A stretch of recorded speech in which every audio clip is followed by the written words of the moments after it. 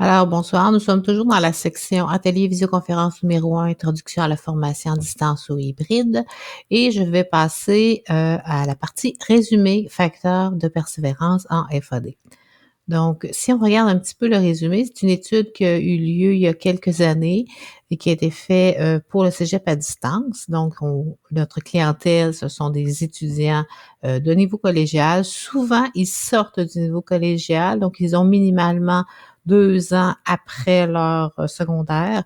Ils ont entre 19 et 30 ans. Il peut y en avoir qui ont plus, dépendant de la clientèle, mais c'est la clientèle principale, elle a entre 20 et 30 ans. Donc, ce qu'ils ont remarqué, c'est que selon l'étude, les solutions pour prévenir et éviter l'abandon, parce qu'il y avait 50% d'abandon à cette époque. Donc, ce qu'ils devaient travailler, c'était la motivation des étudiants. Donc, ça, on va le voir un peu plus tard avec les facteurs de motivation de VIO. Comment est-ce qu'on peut faire travailler les étudiants davantage ou les encourager à suivre un cours à distance tout en travaillant sur la motivation. Ensuite, l'appui lors de la difficulté de compréhension ou lors de difficultés d'un autre ordre. Il faut comprendre que le cégep à distance souvent offrait des cours complémentaires à une programmation. Donc, ce sont des étudiants qui étaient déjà dans le réseau collégial, qui ont terminé une partie de leur diplôme ou qui ont quitté en cours de route et qui reviennent par le cégep à distance pour terminer quelque chose. Donc, s'ils ont quitté, ils ont quitté sûrement pour de bonnes raisons. Souvent, ça va être pour des raisons de difficulté. Ils avaient trop de taux d'échec. Ils voulaient aller travailler. Ils avaient moins de motivation. Donc, déjà, on travaille avec une clientèle qui a des problèmes davantage ou supplémentaires à ce on retrouve dans une classe standard. Ça sera probablement pas votre cas parce que vous montez de la formation à distance pour des gens qui choisissent ce mode-là, donc qui choisissent de suivre un programme et que peut-être ils arrivent directement du secondaire. Donc, il faut pas prendre ça au pied de la lettre. Ces difficultés-là sont pas toujours dans toute la clientèle. Ensuite de ça, ils ont remarqué que la prolongation des délais de remise des travaux et des activités d'évaluation permettait aux étudiants d'avoir moins d'abandon. Donc, si par exemple, j'ai un examen qui doit être remis, je sais pas moi, le 21 décembre, mais que l'étudiant travaille tous les soirs au mois de décembre, puis qu'il n'a pas le temps de remettre le travail, pourquoi pas lui proposer le 2 ou le 3 janvier? Si ça ne nous impose pas trop de contraintes, ce sont des genres de flexibilité qui facilitent justement l'apprentissage et qui facilitent la persévérance. Ensuite, la sollicitation adéquate de leur tuteur, de leur père, de leur personne, de leur entourage pour obtenir un soutien cognitif. Avec les nouvelles technologies maintenant, on peut facilement rejoindre nos étudiants soit par des outils asynchrones comme le forum, le clavardage, le courriel, et la même chose, ces étudiants-là peuvent nous rejoindre, mais aussi il y a d'autres outils synchrones qui permettent de rejoindre nos étudiants, donc soit par Skype, par visioconférence, par téléphone directement. Donc, les outils se multiplient, les avantages aussi, donc pourquoi ne pas en profiter? Donc, le soutien cognitif, ici on parle au niveau de l'apprentissage, donc quand je suis bloquée à la page 3, ça peut très bien que ce qui me fait bloquer m'empêche d'avancer. Donc, j'ai pas peut-être faire seulement 2 pages dans ma soirée. Donc, il faut que le soutien soit très présent, qu'il soit facilement accessible, que j'ai la réponse rapidement. Si j'attends, si j'ai la réponse seulement une semaine plus tard, ben dans cette semaine-là, ça veut dire que j'ai fait juste 2 pages. Donc là, il peut y avoir un découragement. Alors que si je fais 2 pages, j'envoie un courriel ou un message dans mon forum et que les étudiants qui participent au même cours me répondent parce que le prof n'est pas en ligne ou que le prof me répond le lendemain matin à 8 heures, ben l'étudiant à 9 heures, il est prêt à continuer. Donc, il a perdu peut-être une partie de la soirée, mais ce qui lui permet de continuer. Donc, il faut faire attention à ça. Ensuite, la disponibilité de pratiques d'encadrement proactive. Proactive, ça veut dire que c'est d'aller au-devant des étudiants avant qu'ils aient une difficulté. Par exemple, je suis un prof de maths, je sais que par expérience, quand on arrive à l'intégration double, les étudiants bloquent tous à tel endroit. Et c'est récurrent à chaque année. Donc, pourquoi ne pas faire une capsule de cet exercice-là ou de cette analyse-là en ajoutant quelques capsules supplémentaires et les proposer avant même que l'étudiant soit rendu à cet exercice-là et de lui annoncer. Donc, ça permet d'être proactif au niveau de l'encadrement et aussi de faire des appels. Bon, si je vois dans mes statistiques de Moodle qu'un étudiant n'a pas interagi depuis 2 semaines, peut-être que je peux lui envoyer un courriel ou essayer de le rejoindre par Skype, dire qu'est-ce qui arrive? Ça fait 2 semaines que tu n'as pas touché à ton cours de maths, t'es-tu débordé par d'autres choses? Attention, ça se peut que tu sois débordé par la suite. Donc, essayer d'être proactif de différentes façons. L'encadrement mieux ciblé, surtout pour les étudiants qui ont échoué des cours antérieurs dans cette discipline. Donc, si vous connaissez votre clientèle, vous connaissez vos étudiants les plus faibles, donc pourquoi ne pas offrir un soutien plus régulier ou un soutien plus particulier à ces étudiants-là, dire écoute, tu as eu de la difficulté dans les 5 premières semaines, qu'est-ce que tu dirais si dans les 5 prochaines semaines, on se fait une rencontre Skype à toutes les semaines, le lundi, mettons, à 7 heures, puis on parle où tu es rendu, puis comment ça va. Bon, peut-être qu'il va dire oui, peut-être qu'il va dire non, mais au moins vous l'aurez offert. Et juste le fait de l'offrir, l'étudiant, ça le rassure en disant, ah, mon Dieu, il tient à moi, tu sais, il est pas, il m'offre de l'aide, waouh, je me sens soutenue. Des fois, l'effort motivationnel au niveau émotif est suffisant à encourager l'étudiant à persévérer. L'utilisation d'autres modalités de communication que l'écrit. Un étudiant qui fait beaucoup de fautes d'orthographe qui est dans un cours de français va être gêné d'écrire à son prof, dire j'ai une difficulté, je comprends pas telle chose. Ou un prof de philo qui corrige beaucoup le français dans tout ce qu'il fait.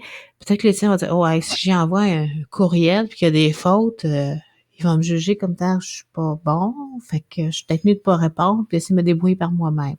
Donc, à ce moment-là, c'est peut-être intéressant de proposer quelque chose autre que l'écrit.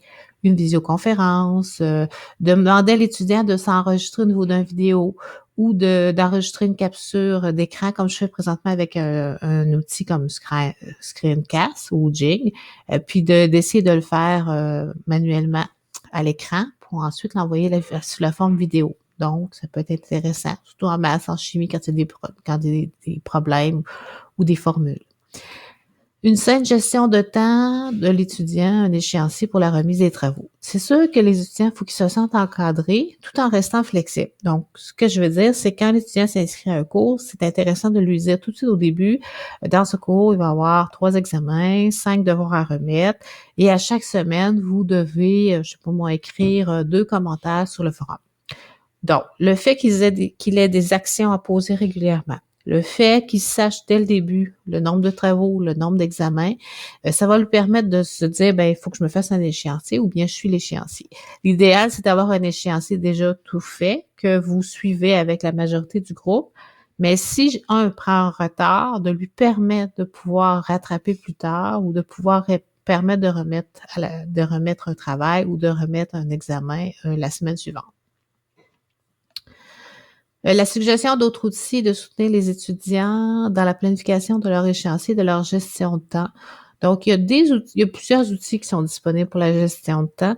Moi, ce que j'aime bien, c'est d'utiliser le calendrier dans Moodle. Dans le calendrier, on permet d'ajouter les dates des remises, des travaux, des examens. Mais en même temps, l'étudiant peut aussi s'ajouter ses propres dates à l'intérieur. Souvent, les étudiants vont déjà avoir un calendrier, soit avec le courriel ou avec un autre outil.